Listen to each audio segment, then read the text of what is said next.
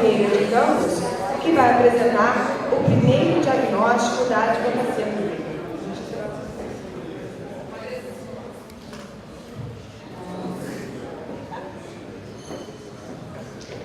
Boa noite.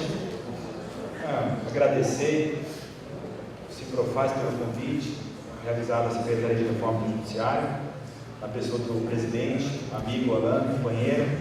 Cumprimentar também o amigo Tonino, o famoso Tonino do Diabo aqui, prestigiando esta mesa, que não, o diagnóstico ele vem aguçar um pouco mais aquilo que o Tonino trouxe aqui para os colegas presentes. Cumprimentar a todos, agradecer mais uma vez a acolhida pelo Simprofaz, pedir licença rapidamente, antes de a gente começar a tratar alguns pontos do diagnóstico, alguns números do diagnóstico, até porque o diagnóstico não foi lançado ainda, e o Alan nos convenceu para que pudéssemos vir falar um pouquinho disso. Então, o respeito que eu tenho pela carreira da Advocacia Pública Federal, pela carreira da AGU, dos membros que fazem parte da carreira da AGU, então vamos lá e a gente fala um pouquinho. Eu queria antes, até para contextualizar a importância de diagnósticos que realizamos no âmbito da Secretaria de Reforma Judiciária do Ministério da Justiça, porque tem muito a ver não só com o aperfeiçoamento das carreiras em si, ou ser mais um instrumento para aperfeiçoar, para se trabalhar com números, visando a melhoria de todo o equipamento estatal. Mas dizer que o diagnóstico, principalmente do sistema de justiça, ele está ligado ao que temos enxergado aí, pelo menos que temos trabalhado com o aperfeiçoamento, com a reforma do sistema de justiça. Então, rapidamente queria passar um pouco para vocês, dentro da nossa visão enquanto reforma do judiciário, o que nós podemos avançar do ponto de vista da realização do diagnóstico. Então, vamos para lá.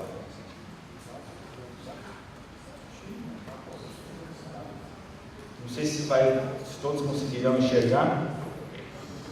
Não sei se o pessoal do fundo está conseguindo enxergar. Beleza.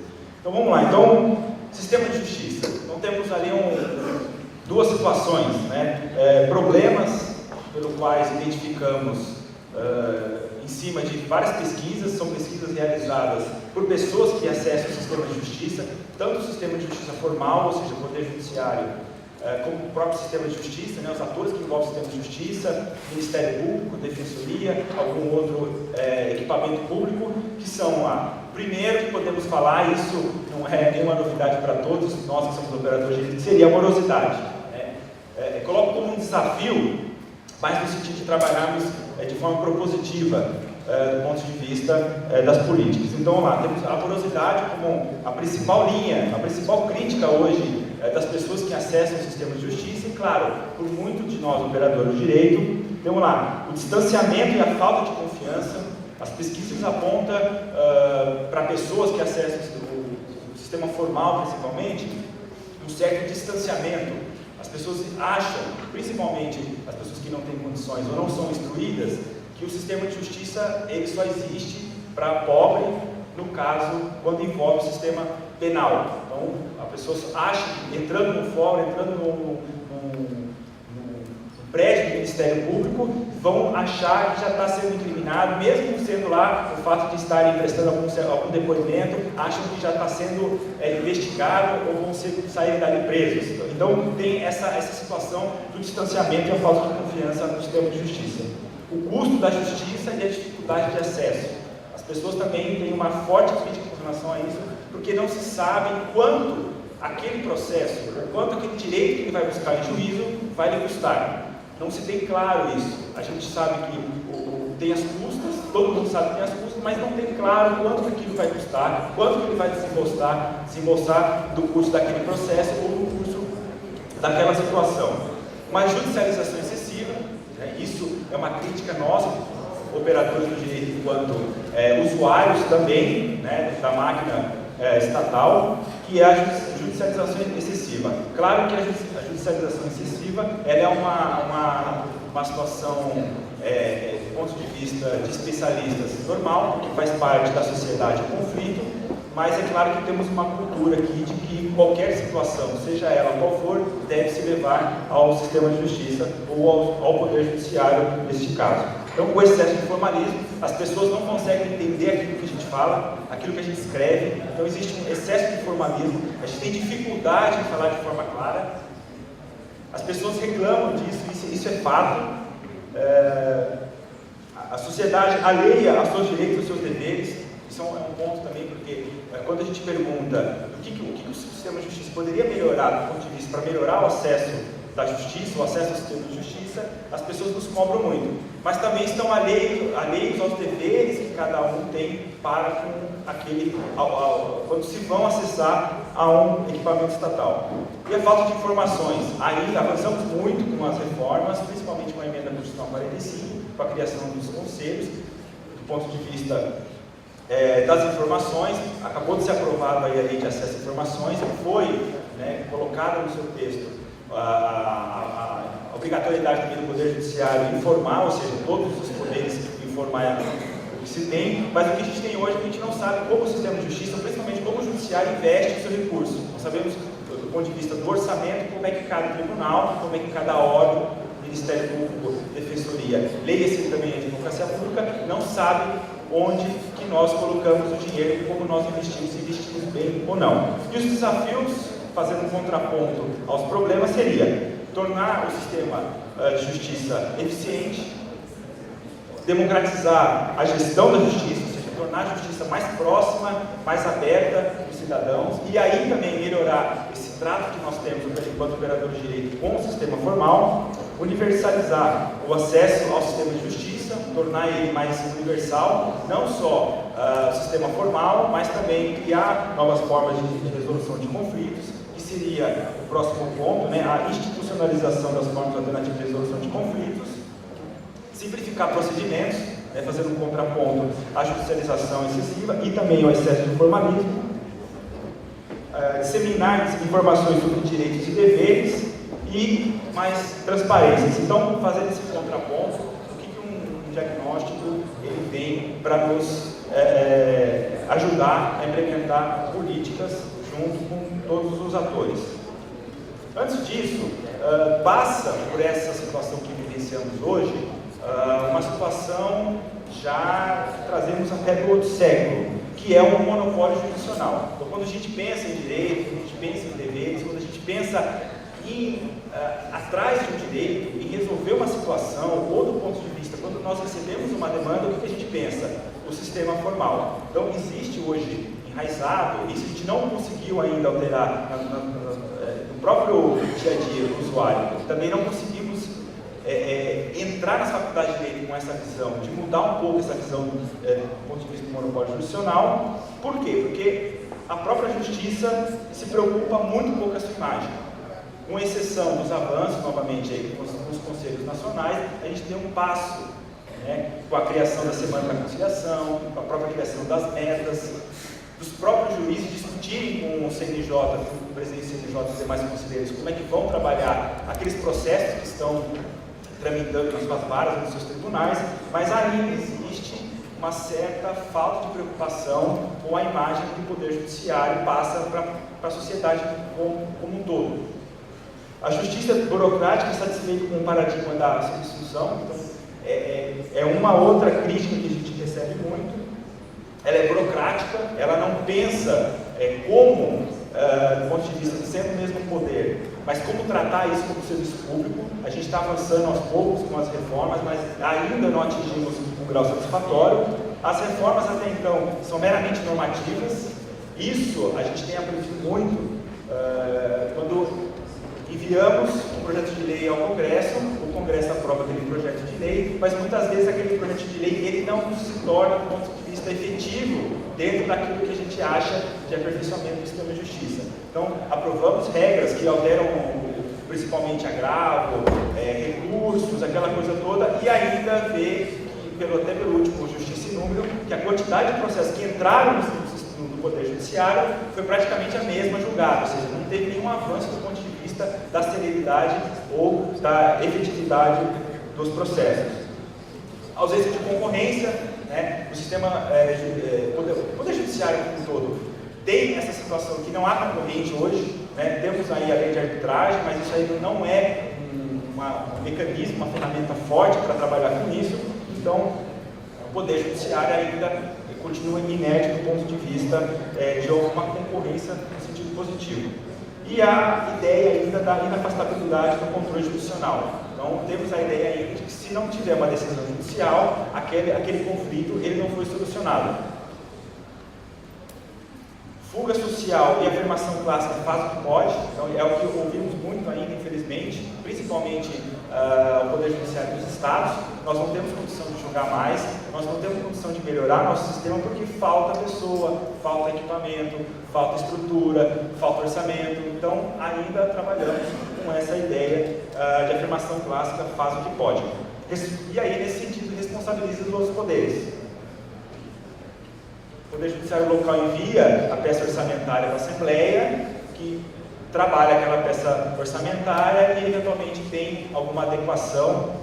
E quando é cobrado, o Poder Judiciário é cobrado com relação ao seu trabalho, ele acaba colocando o problema ou sinalizando que o problema não é dele. O ingresso no concurso ainda privilegia a memorização, sem consideração dos aspectos vocacionais. Os diagnósticos apontam muito essa situação. Por que a pessoa foi para aquela carreira? Porque ganha mais, porque tem prestígio ou porque tem uma remuneração interessante. Isso, felizmente ou infelizmente, todos os diagnósticos que nós já realizamos, tanto do Poder Judiciário, do Ministério Público, como da Defensoria e agora da Advocacia Pública, são características do diagnóstico com relação à parte do concurso, sem considerar os aspectos vocacionais.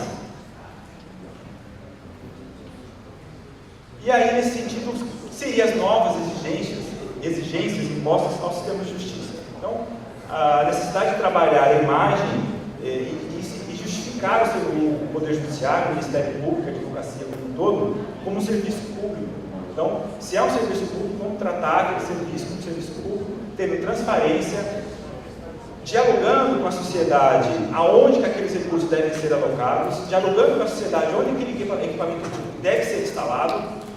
Então, para a gente é uma exigência colocada no século XXI para o aperfeiçoamento do sistema de justiça. Então, o ativismo judiciário do Ministério Público, da Defensoria e do Estado, por meio da advocacia pública, sim, e da comunidade, eu acho que podemos trabalhar assim com o ativismo dentro do sistema de justiça, desde que conversem, desde que dialoguem, desde que estejamos falando das mesmas situações. Concorrência, soluções alternativas, temos que pensar muito, falamos e conversamos, principalmente na advocacia pública hoje, pensarmos formas alternativas de resolução de conflitos, né? A Fazenda Nacional mandou vários projetos de lei em 2009 para criar uma espécie de execução administrativa, que infelizmente teve uma visão um pouco distorcida daquilo, mas o que temos dialogado com a própria AGU, que o ministro Adams quer fazer, está se debruçando com relação aos estudos que são realizados no âmbito daquele órgão ou da AGU, para pensar formas alternativas. A própria Câmara ela sinaliza nesse sentido, mas ainda a Câmara é muito incipiente. Eu acho que dá para a gente pensar em formas alternativas, mesmo envolvendo o Estado, a advocacia pública. Vamos lá. Controle jurisdicional, só necessário. Então, trabalhando dessa forma, em conjunto, decidindo o orçamento, para onde que vai, quem vai, como se deve ser. Trabalhar com as formas alternativas de resolução de conflitos, o que vai para o judiciário? Só necessário. Só aquilo realmente que deve passar pelo judiciário que seria uma ideia das exigências impostas no sistema de justiça. O abrandamento da inafastabilidade, o empoderamento dos outros atores. Então, necessariamente, a palavra final não deve ser do judiciário. Aquilo que foi convencionado, aquilo que foi transacionado do ponto de vista no âmbito da advocacia pública ou do Estado brasileiro, seja União, Estado ou município, deve ter uma força de lei e não necessariamente tem que passar, como exemplo, pela homologação do Poder Judiciário.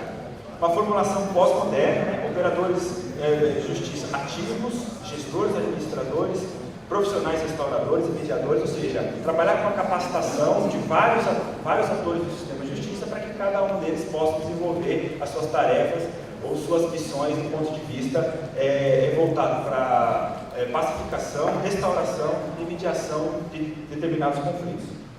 Operadores do sistema de justiça e intérprete da vontade constitucional, vocacionado, humanista ao seu tempo, ou seja, pensarmos em termos carreiras, que pessoas que fazem parte da carreira tenham vocação por aquilo que fazem, gostam daquilo que fazem e não fiquem lá somente por conta dos vencimentos.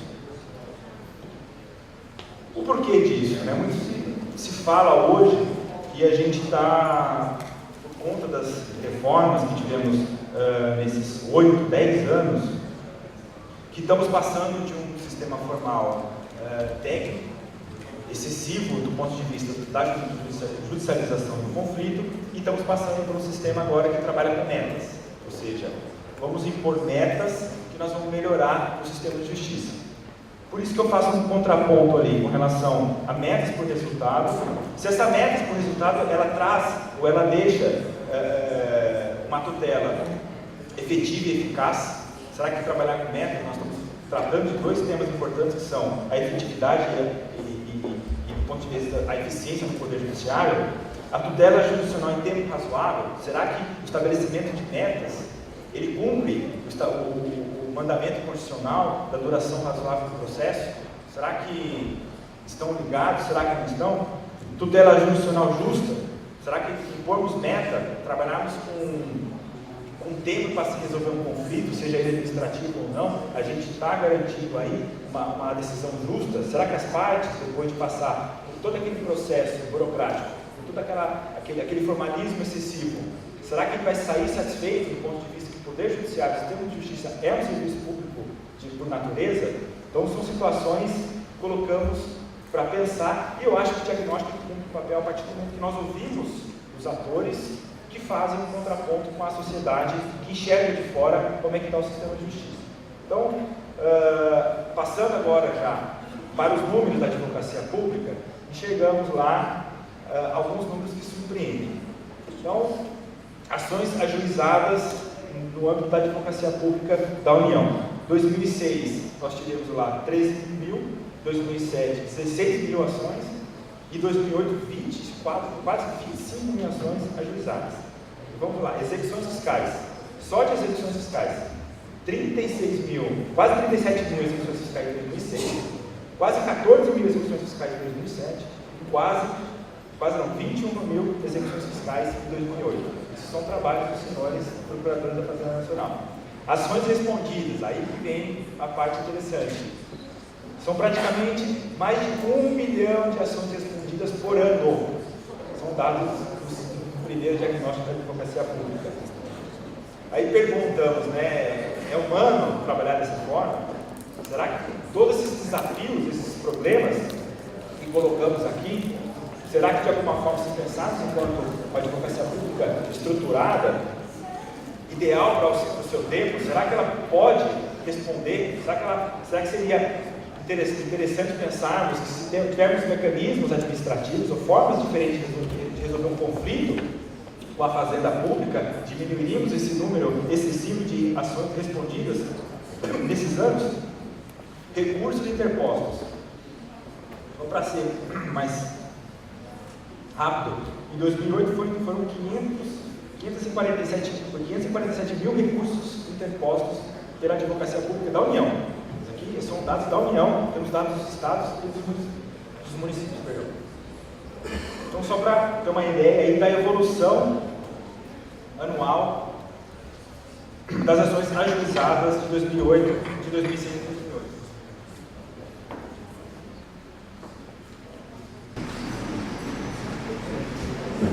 Também teve uma queda em 2008, mas a queda de 2008 fica praticamente igual a de 2006, então temos lá praticamente 1.300.000 ações respondidas em apenas um ano pela advocacia pública da União.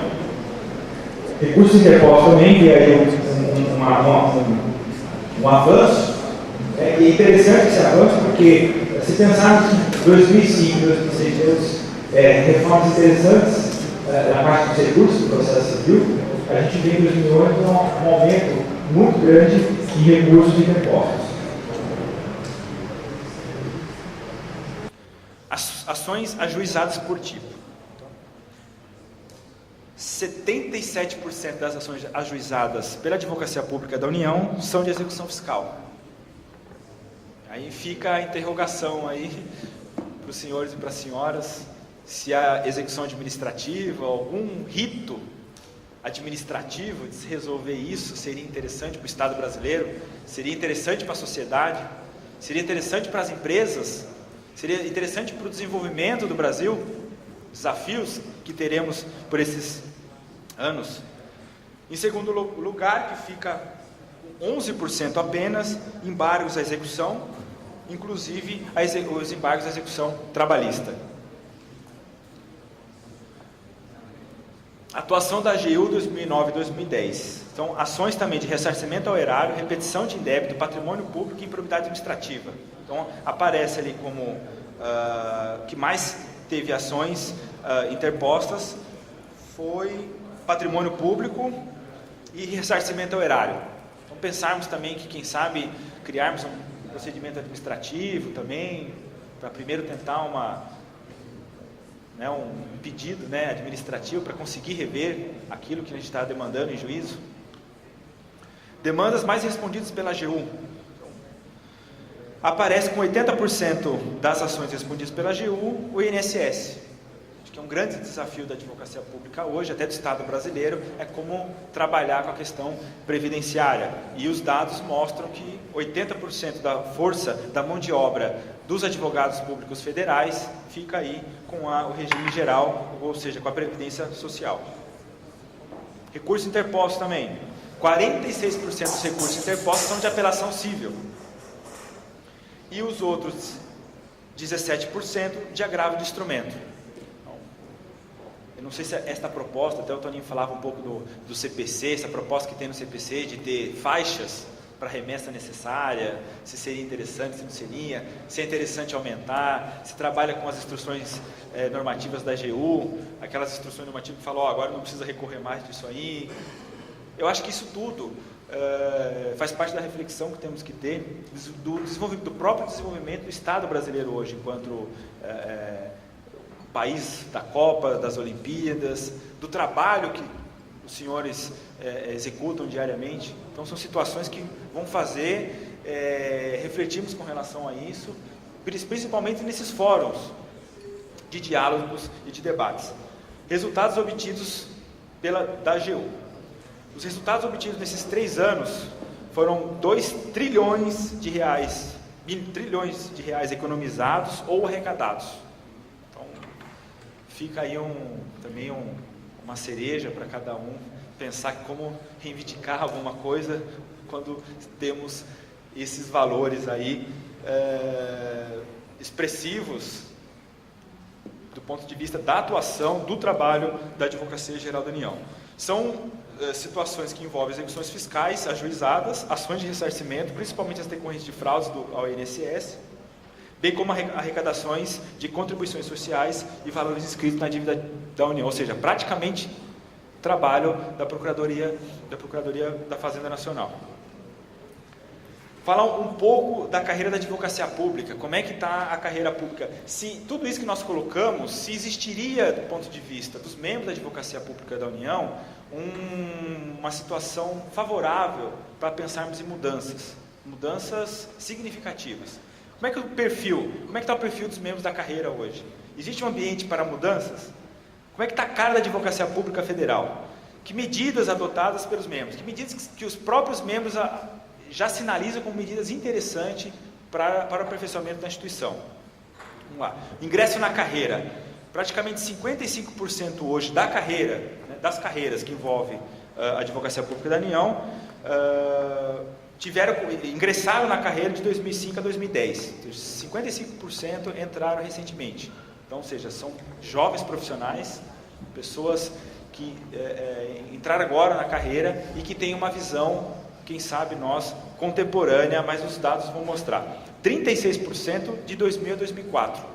Ou seja, tem ali praticamente quase 90% das pessoas ingressaram na carreira, em uma das carreiras da Advocacia Pública da União de 2000 para cá. Ou seja, uma carreira extremamente nova. Muitos colegas que nos procuram lá da Advocacia Pública, tanto estadual, municipal e da União, ficam às vezes enciumados pelo tratamento que a gente dá aos defensores públicos, que é uma carreira nova, uma carreira jovem, né, uma instituição nova também. Aí eu falo, os dados mostram que a Advocacia Pública da União também é uma carreira jovem, né, 2000 para cá é muito jovem. Estimativa quanto ao sexo dos membros das carreiras. Aparece o masculino com 70% e feminino com 30%. Isso é um dado que entristece muitos colegas aí, né? Infelizmente, a gente não pode... Essa parte aqui são de pessoas que responderam ao questionário, né? Falando um pouquinho nesse assunto, de 6 mil praticamente membros das carreiras da AGU, praticamente 1.300 responderam. É um universo significativo e dentro daquilo que os estatísticos nos mostram é que é sim uma parcela interessante e que expressa a situação da carreira atualmente. Então, quanto à faixa etária, então, 23% tem menos de 30 anos, 37, ou seja, quase 38% tem de 30 a 34 e 19% tem de 35 a 39. Ou seja, a maioria gritante ali tem de 30 praticamente a 45 anos. Uma carreira extremamente jovem, novamente, temos que afirmar. Conclusão do bacharelado em Direito depois do ano de 2000, ou seja, 61% dos membros que responderam ao questionário se formaram depois de 2000, ou de 2000 para cá. Ou seja, são dados que nos interessam muito do ponto de vista de como a advocacia pública hoje pode trabalhar, pode aperfeiçoar, pode pensar situações que vão melhorar o ambiente de trabalho e a carreira como um todo.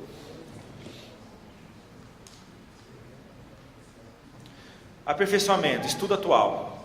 Apenas 23% na época do diagnóstico estavam fazendo algum tipo de especialização lato sensu.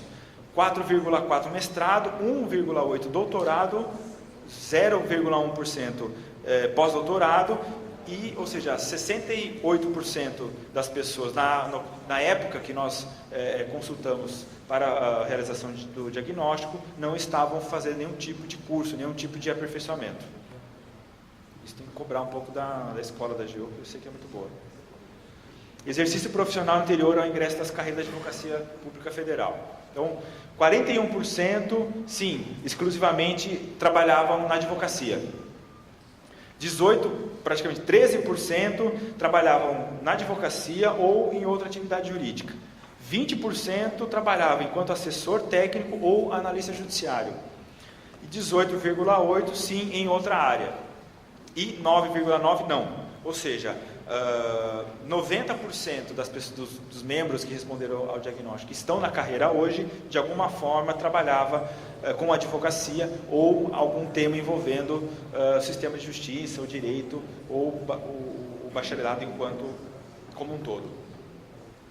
Fatores de importância na decisão de ser membro da Advocacia Pública Federal. Aqui que começa. 90% dizem que é por conta da estabilidade do cargo. 85% falam da remuneração. 82% falam da possibilidade de defender o Estado brasileiro. Isso aqui é um dado interessante.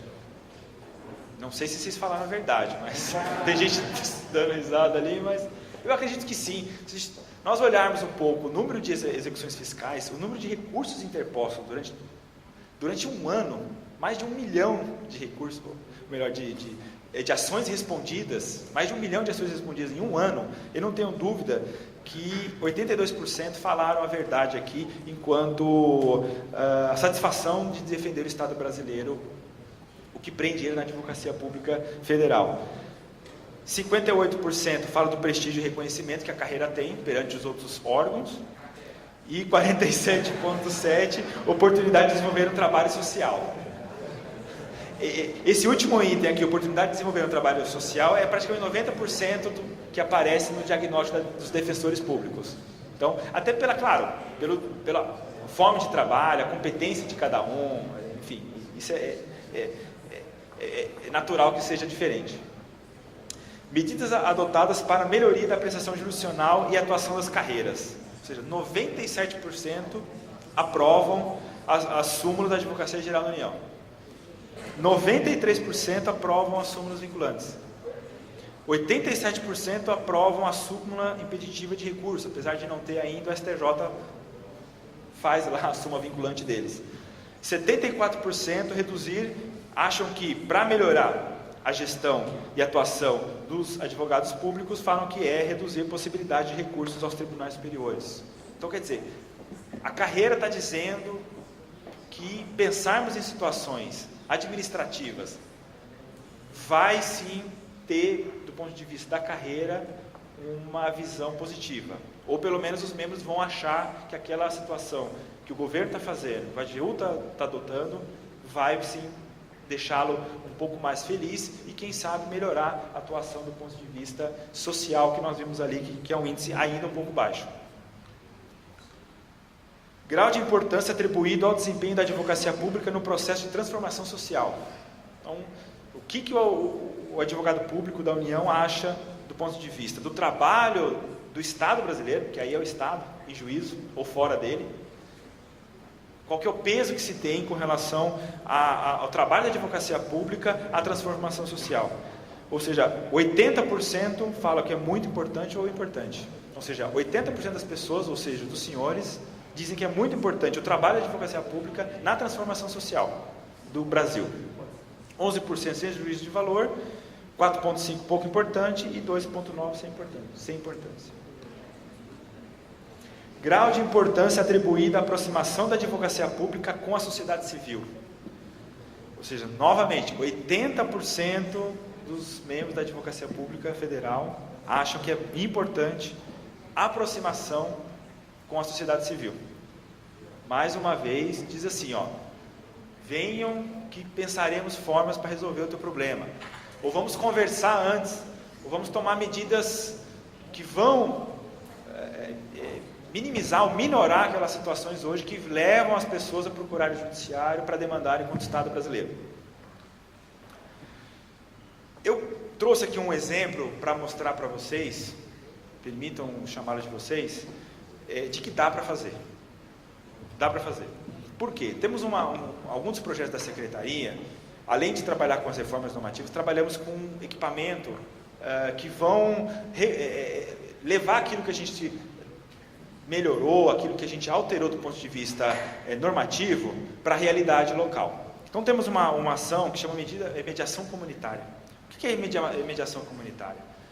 É levarmos um equipamento público, selecionarmos pessoas daquela própria comunidade, com recurso do governo federal, a gente comprar equipamento, computador, mesa, fazer uma reforma do espaço físico, levamos profissionais para capacitar agentes daquela comunidade essa que foi escolhida a partir do edital, onde se tem como critério um alto índice de violência naquela comunidade, uma comunidade que não tem, em regra, serviços públicos eficientes. Então vamos para aquela comunidade, selecionamos pessoas que têm um viés de pacificação, um viés de diálogo, capacitamos as pessoas em mediação, em técnicas alternativas de resolução de conflitos, capacitamos as pessoas em direitos e deveres e capacitamos as pessoas em envolver em redes. O que é envolver em redes? É saber, naquela região, quais são os outros serviços públicos que possam ajudar na resolução daquele conflito ou daquela situação. Quem são os parceiros da mediação comunitária hoje no Brasil? Tribunais de Justiça, Defensorias Públicas, Ministérios Públicos, Governos Estaduais e Municipais, por meio da Secretaria de Negócios Jurídicos. Praticamente 90% dos convênios que nós temos com as prefeituras são por meio das secretarias de assuntos jurídicos. Resultados de 2008 a 2010. Agora, 2011, nós acabamos de fechar um edital, onde temos mais 12 núcleos de justiça comunitária instalada pelo Brasil. São 46 núcleos já instalados, em 12 estados mais Distrito Federal. Total de investimento praticamente 15 milhões de reais, mais 7 milhões e meio este ano. Um custo baixo. O que nos mostram os números? Se é viável, se é possível que a própria comunidade, devidamente capacitada, devidamente liderada por um ator do sistema de justiça, ou por um órgão, ou por um sistema formal, seja uma prefeitura, por um estado, se elas têm capacidade de resolver um conflito que é gerado, é gestado naquela comunidade que tem um alto índice de conflituosidade, um alto índice de violência. Temos nesses 46 núcleos, 720 agentes selecionados e capacitados, 380 agentes atuando, porque existe rotatividade. Nesses 3 anos, são quase 43 mil atendimentos jurídicos, psicossocial e, eventualmente, de mediação de conflito. São praticamente 17 mil mediações já realizadas e produtivas nesses centros de mediação comunitária.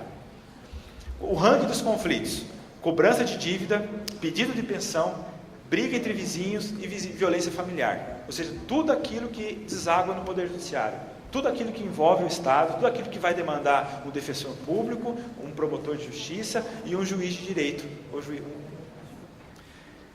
Essas 17 mil mediações exatamente pacificaram conflitos, ou resgataram a dignidade de alguém, ou evitaram um outro crime, porque sabemos que de uma briga entre vizinhos gera algum outro tipo de conflito, chegamos até em situações de homicídios, que a gente conseguiu resolver através de uma mediação que é feita pela própria pessoa daquela região. Eu trouxe esse exemplo aqui, Toninho, para mostrar que é possível fazer.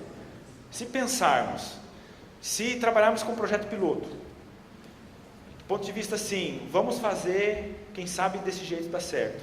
Pensar em alguns projetos pilotos, fazenda pública principalmente, pensar em processo administrativo, em setores administrativos que vão receber várias demandas, capacitarmos essas pessoas, que é muito importante. Eu acho que temos resultado. Então, rapidamente, foi isso que eu queria trazer para os senhores e para as senhoras, e fico à disposição para eventuais perguntas. Obrigado.